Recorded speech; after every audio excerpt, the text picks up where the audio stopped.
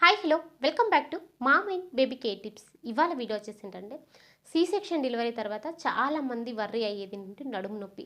చాలామంది కంప్లైంట్ కూడా చేస్తూ ఉంటారు ఈ నడుము నొప్పి గురించి. ఏంటంటే సి సెక్షన్ డెలివరీ తర్వాత బ్యాక్ పెయిన్ చాలా వస్తుంది, అసలు మా ఇంట్లో పనులు కూడా మేము చేసుకోలేకపోతున్నాం అని చాలా భయపడిపోతూ బాగా వర్రీ అయిపోతూ ఉంటారనమాట. సో మనం ఈ వీడియోలో అసలు సి సెక్షన్ డెలివరీ తర్వాత వచ్చే ఈ బ్యాక్ పెయిన్కి కారణాలేంటి, ఈ నడుము నొప్పి రావడానికి అసలు కారణాలు ఏమిటి, అసలు ఎందుకు వస్తుంది, ఇది తగ్గాలంటే మన వైపు నుంచి ఏమైనా చేయాలా ఇంట్లో అనేది మనం ఈ వీడియోలో క్లియర్గా తెలుసుకుందాం. ఇప్పుడు ఎలా వెళ్ళిపోయే ముందుగా మన ఛానల్ అయితే సబ్స్క్రైబ్ అయితే చేసుకోండి, పక్కనే ఉన్న బెల్ ఐకాన్ అయితే క్లిక్ చేయండి.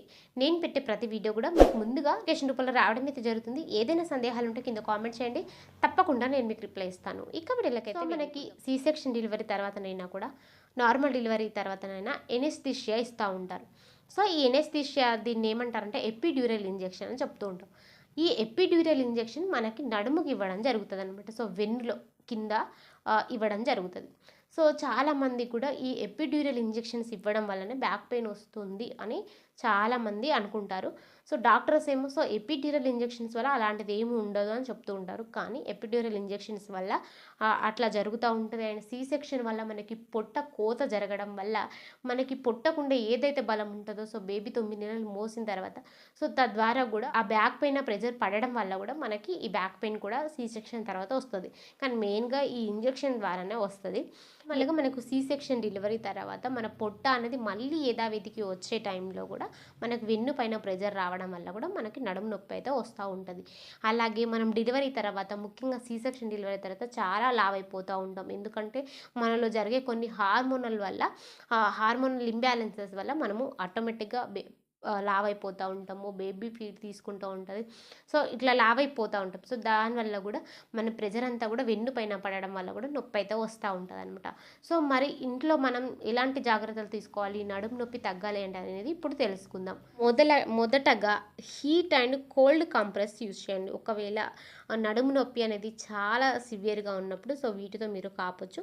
సో అట్లా కాపినా కూడా చాలా వరకు వెన్ను నొప్పి తగ్గే ఛాన్సెస్ ఉంటుంది అన్నమాట. అలాగే ఎక్సర్సైజులు చేయడం అన్నమాట. సో డెఫినెట్లీ ఈ ఎక్సర్సైజులు చేయడం వల్ల కూడా మనం బరువు అనేది అతిగా పెరగమన్నమాట. సో బరువు కంట్రోల్లో ఉంచినా కూడా మనము నడుము నొప్పి నుంచి ఉపశమనం అయితే కలగవచ్చు కొంతవరకు కూడా. సో అలాగే మనం డెలివరీ తర్వాత స్ట్రెస్ని తగ్గించుకోవాలి. సో స్ట్రెస్ని తగ్గించుకోవాలన్నా నడక, ధ్యానం, యోగా ఇట్లాంటివన్నీ చేస్తూ ఉండాలి. సో తద్వారా కూడా ఈ యొక్క నడుము నొప్పి తగ్గే ఛాన్సెస్ ఉంటుంది. సో అలాగే మనము ఏదైనా చేసే పని కానీ ఇంకేదైనా కూడా సో మనం ఏ పొజిషన్ ఉన్నాము అన్నది కూడా ఇంపార్టెంట్. సో ఆ పొజిషన్స్ని బట్టి కూడా మనకు బ్యాక్ పెయిన్ అయితే ఎక్కువగా వస్తూ ఉంటుంది. సో కొందరు ఏదైనా వంగి పని ఎక్కువగా చేసినప్పుడు కూడా సో బ్యాక్ పెయిన్ చాలా సివియర్గా ఉంటుంది. కాబట్టి సో మీకు బ్యాక్ పెయిన్ చాలా సివియర్గా వస్తుంది అంటే సో అట్లాంటి వీటిని కొన్నిటిని అవాయిడ్ చేయండి అనమాట. సో మసాజ్, సో డెలివరీ తర్వాత సి సెక్షన్ డెలివరీ తర్వాత మనకి ఈ బ్యాక్ పెయిన్ కనుక ఎక్కువగా ఉన్నప్పుడు కూడా సో ఆయిల్ మసాజ్ కూడా చేసుకోవచ్చు. దాని ద్వారా కూడా కొంతవరకు ఉపశమనం అయితే ఉంటుంది ఈ బ్యాక్ పెయిన్ నుంచి. అలాగే టాబ్లెట్స్, సో చాలామంది పెయిన్ కిల్లర్స్ యూస్ చేస్తూ ఉంటారు డెలివరీ తర్వాత. ఇంకా కానీ పెయిన్ కిల్లర్స్ యూస్ చేయడం వల్ల కూడా సో బ్యాక్ పెయిన్ చాలా సివియర్గా ఉంటుంది. కానీ అట్లా చేయకండి. మీకు ఏదైతే డాక్టర్స్ రాసిస్తారో సో అవి మాత్రమే యూస్ చేయండి కొన్ని రోజుల వరకు. ఎందుకంటే మీరు బేబీకి ఫీడ్ చేస్తూ ఉన్నారు కాబట్టి సో ఏది తీసుకున్నా కూడా అది బేబీ పైన ఎఫెక్ట్ పడుతుంది. ముఖ్యంగా మీరు మెడికల్ షాప్లలో తీసుకొచ్చుకొని వాడే పెయిన్ కిల్లర్స్ అయితే అస్సలు వాడకూడదు. మీకు డాక్టర్స్ ఏదైతే రాసిస్తారో సో అవే వాడాలి. అండ్ సి సెక్షన్ డెలివరీ తర్వాత మీకు బ్యాక్ పెయిన్ అనేది సివియర్గా ఉన్నప్పుడు మీరు ఖచ్చితంగా డాక్టర్ని కన్సల్ట్ అవ్వండి. సో మీకు ఎలాంటి మెడిసిన్స్ ఇస్తారో వాటిని వాడండి.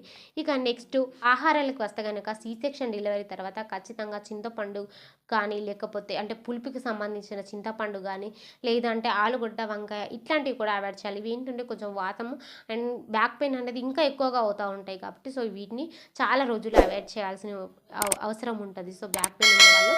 సో ఇంకా ఏమైనా సందేహాలు ఉన్నా కూడా మీరు కింద కామెంట్ చేయండి, తప్పకుండా నేను మీకు రిప్లై ఇస్తాను. Thank you so much.